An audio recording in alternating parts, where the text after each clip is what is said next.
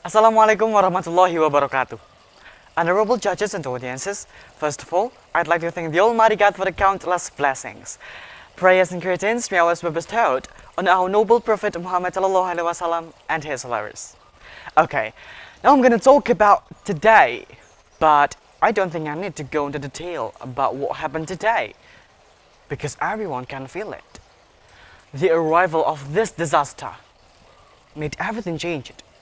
And I couldn't even mention details of the problems face human life every time. Out of there, students lost the classroom atmosphere. Thousands of people lost their jobs, and so on. Well, this is the day's problems.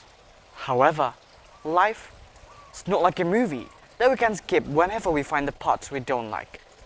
Thus, our biggest task is about how the impact of the storm can actually shape us better. With me here today, I am Ilham Ramadan. I want to talk about today's problems will lead us to pick up a beautiful future.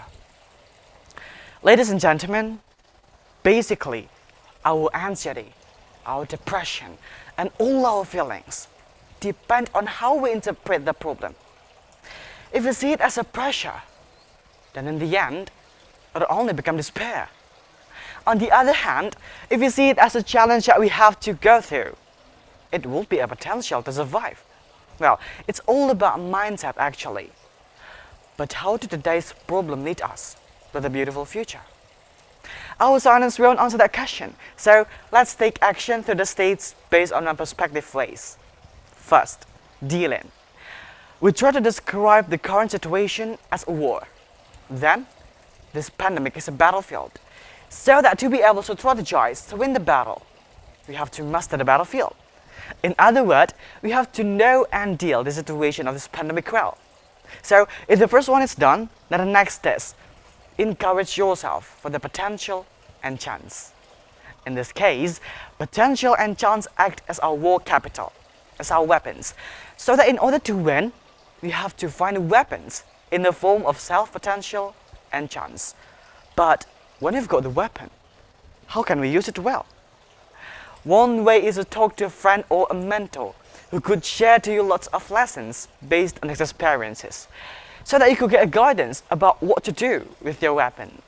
Thus, we already have two big assets, including master of the battlefield and weapons. Then, what we have to do with it? Busy walking, busy running, and busy innovating. The final step is already clear, which is to enter the battlefield, fight all the enemies, and cross the finish line. What does it mean? We know that nowadays people are busy lamenting their failures, being stuck in their problems, so let's get busy too in finding the way out of the problems we face. We practice. We're going to take an example of the problem losing job, but in other side, you are good enough at cooking as well. Then the first step is about busy walking. As a cooker, figure out what's on today's culinary trends. Look for references before finally determining an interesting menu to make. So the next is about busy running, which is to continuously develop your potential in cooking. Work hard to make the menu you've determined before and master every steps. Then the last is about busy innovating. It seems very monotone to even make that kind of food. Don't everybody can do the same? Now I'm gonna make it different and unique. Well, by involving creativities in the way you make it, or even in the way you offer it, to say padang rice in a modern packaging, it means you've created a new innovation. And with this, you are walking to the better life.